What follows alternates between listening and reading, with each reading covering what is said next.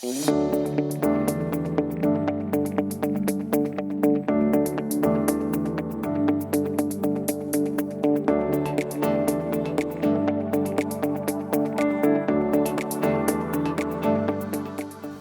a driver of a DOT-regulated vehicle, you have more responsibilities than drivers of other vehicles. Sure, you have to drive safely, but this video isn't about general safe driving procedures. It's about some specific items you need to be aware of to maintain your safety, the safety of your truck, and those who drive and operate your truck around. First and foremost, you must be up to date with all DOT and FMCSA training requirements, as well as any state-specific training for states you operate in.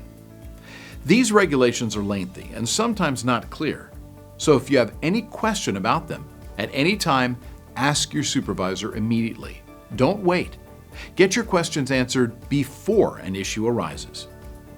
You must do a complete and thorough walk-around inspection of your vehicle every day. Don't just check all the boxes and take off. Take the time necessary to do it right. Things you miss during an inspection can be costly if found during a DOT roadside inspection or when going through a checkpoint or weigh station. Many injuries occur while getting in and out of your cab. To avoid these, make sure you have proper footwear on before entering or exiting the truck. Avoid smooth soles and footwear your feet can easily slip out of. Check the conditions of the steps, making sure they are undamaged and clear of any debris. Be aware of how inclement weather conditions can affect surface traction. Is the grab handle properly secured to the truck? Use 3 points of contact. Place one hand on the grab bar and the other hand on the inside door grip. Then place your feet on the bottom step of the tractor. Once you're on the top step, transfer one hand onto the steering wheel and glide into the seat while maintaining 3 points of contact. Use 3 points of contact to exit as well. Place one hand on the steering wheel and the other hand on the door handle, maintaining 3 points of contact the entire time.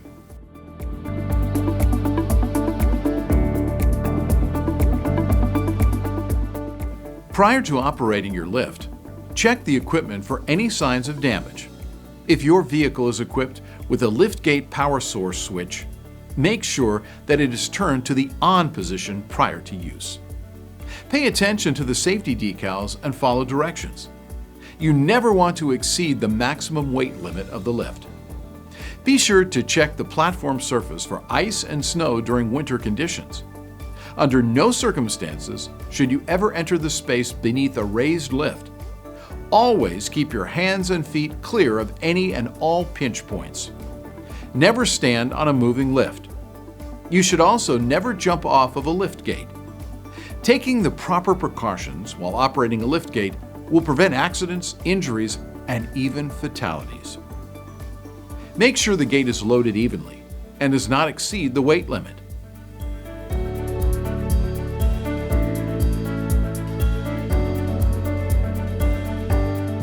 There are times when you'll have to back up, but just because there are hazards, there's no reason to have an accident. If you have a spotter, use them. If you don't have a spotter, follow these simple guidelines. Get out of your vehicle to get the entire picture. Look high above, low under, to the front, to the rear, and around both sides of the truck. Identify anything you could possibly hit and plan on not doing so. Check the surface you will back onto. What will cause the tractor or trailer to drop, rise, or tilt?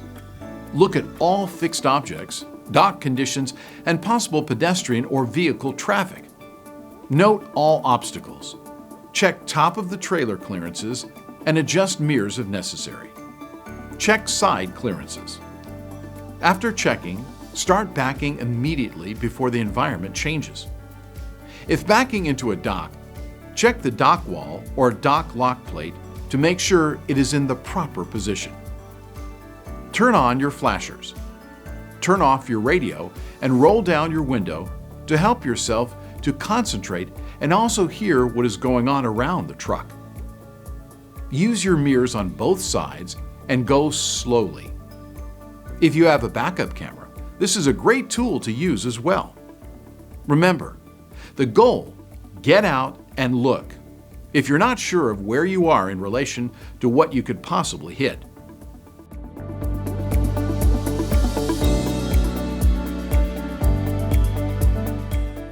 The Jake brake, or exhaust brake, is an invaluable extra tool primarily used for slowing down your truck in certain situations. Proper use of the Jake in the mountains can add years to the life of the brake shoes of a truck. It will also save wear and tear on tires. It is not intended as a substitute for the service brakes. It operates using the diesel engine's own power. The same force that gives the truck power is used to slow it down. On dry roads, it's a great device to use, but on ice or other slippery conditions, it could possibly result in jackknifing. If needed in these conditions, the best bet is to set the brake at the lowest setting. Jake brakes can be pretty noisy. Many communities have noise bylaws against the use of this device. Sometimes, though, it's necessary for the driver to use it for safety reasons, which ought to outweigh a noise bylaw.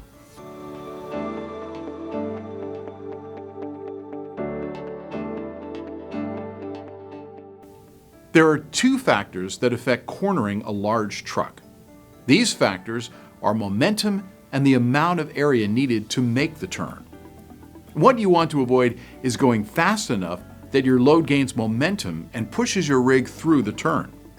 Keep in mind that in all situations, your tractor needs to have control and be pulling your trailer along behind it. This being said, the best way to take a corner is to greatly reduce your speed before you ever get to it. You will have to slow your vehicle down while it is straight, then proceed safely and slowly into the turn. Trying to slow down while you're already taking the turn can shift the momentum of your cargo and make you lose control. Obviously, the traffic behind you on the road will slow down when you do, but don't let it make you feel that you need to speed up. Cornering a big rig can be especially challenging in the city, especially ones where heavy traffic is an issue.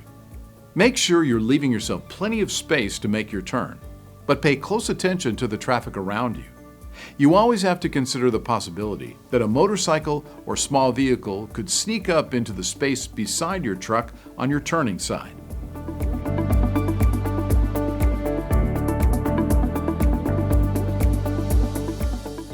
There are approximately 85 million dogs in the U.S., with 38% of homes having at least one dog per home. There have been over 4.5 million reported dog bites each year. Over the past decade, 2010 to 2020, there has been over $1.26 billion in dog-related injury claims, including fatalities. Dog bites, however, can be prevented. With the proper knowledge and training, you can avoid a costly injury. Here are a few tips you should keep in mind when around dogs. Assess the delivery location. When pulling up to a location, take your time to assess the location. It's better to assume there is a dog at most locations. Read the signs. A lot of times, people will have signage in their yards or on their windows stating, "Beware of the dog." Take note of these. Also, take in the whole picture when arriving at a client's house. Is there a water dish on the porch? Perhaps a wipe your paws welcome mat? Look for clues that may or may not indicate a dog lives there. Be sure to also not have headphones or earbuds in when arriving at a house, so as to hear a potential dog bark. Communicate. If a house you frequent on your delivery route houses a dog that has given you problems in the past, look at the option of talking to the homeowner.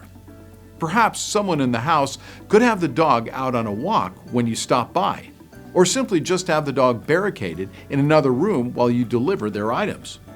This could be just as much a protection for you as the dog owners when it comes to keeping everyone safe. If you do make the delivery, don't hand a package to a person of the household or business in the presence of their dog. There are some dogs that might perceive this interaction as a threat to the owner and could give the dog a reason to possibly attack. If you see a dog present at the door, have the owner put the dog away and/or have them step outside. If the recipient is not complying, You can leave the package at the front of the door if possible. Don't attempt to pet or interact with a dog. While petting and interacting with dogs can seem like fun, it is unsafe to interact with dogs that you are unfamiliar with and could get you injured. If faced with a dog charging at you, whatever you do, don't run. Stand your ground, facing the dog. If the dog does come at you, use a package you have as a barrier between you and the canine. Back away slowly while still keeping yourself facing the dog. Avoiding dog bites is a lot like any other safety concern. If you prepare in advance, pay attention to your surroundings, and don't take chances, the likelihood of you experiencing an injury are greatly reduced.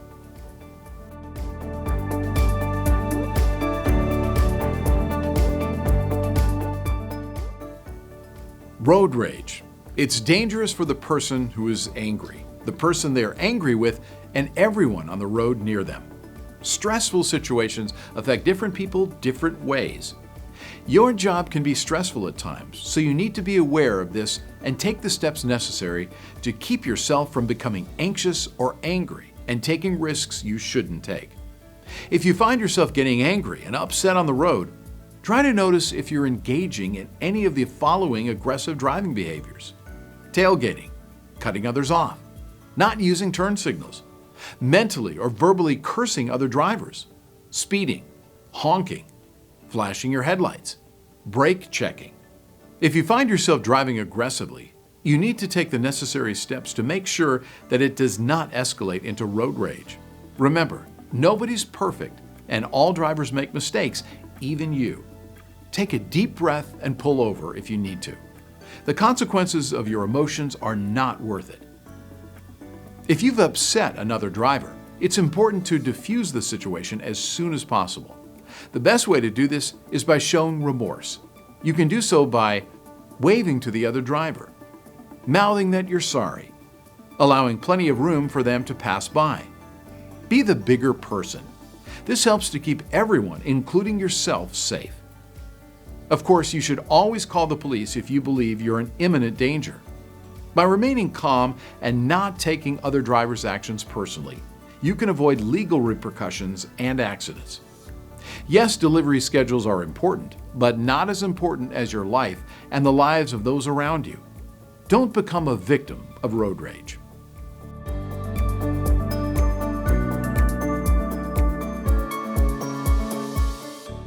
Dealing with angry customers. Let's admit it, it's never easy to deal with angry customers.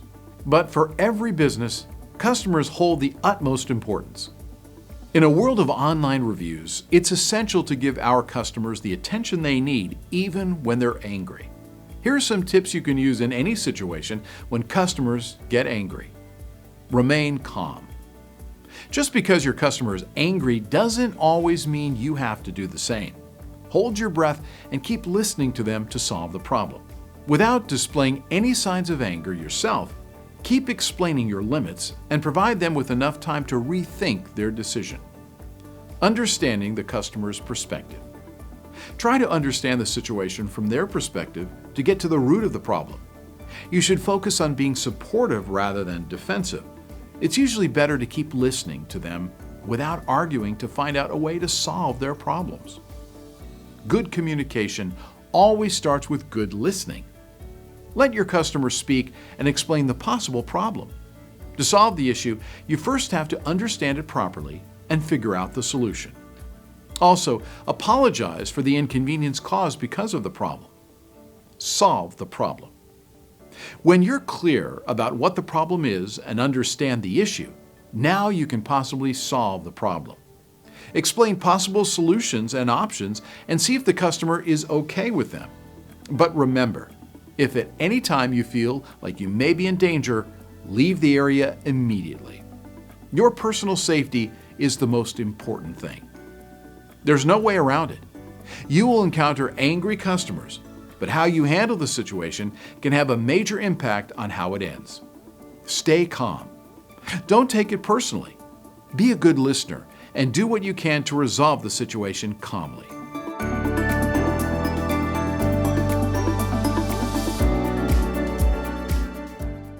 Active shooter incidents have happened in a wide range of environments. No one is immune to it. It could possibly happen where you work, although the chances are statistically not very high. But that doesn't lessen the need to prepare. That's what this video is all about, outlining the basics of how to respond to an active shooter situation. First, get to know your facility. Where are the exits? Where could you hide if you needed to? Is there a plan in place? What does this plan say? In the event of an active shooter event, the basic response recommended is run, hide, fight. Option 1. Run. Leave your belongings, warn others, and try to escape the scene. Evacuation is the best way to lessen injuries if you know where the shooter is, and only if you can determine that leaving the area will not put you or others in the shooter's path. Option number 2. Hide. If evacuation places any risk of placing yourself or others in the shooter's path, then move out of the shooter's view and try to get into an area where you can lock the door or you can block it. Silence your phone. A ringing phone can lead the shooter to you. Resist the temptation to call family and friends or post onto social media. You need to pay attention to what is going on. Remember, bullets can travel through walls and doors. Stay close to the floor. Option number 3. Fight the shooter as a last resort if you are in imminent danger. Get an item that can cause damage or harm to the shooter and hit them hard. Remember that it will likely take some time for law enforcement to safely clear the area and to allow people to exit the premises. Remain calm and follow officers' orders. Immediately raise your hands and spread your fingers. Avoid making quick movements or screaming. The police will need to know location of victims and shooter, physical description of the shooter or shooters, number and type of weapons held used by the shooter. Remember, every active shooter situation is unique, and your safety and well-being is always the top priority. Take the time to familiarize yourself with your facility's plan before an incident occurs. Thanks for watching. Have a safe day.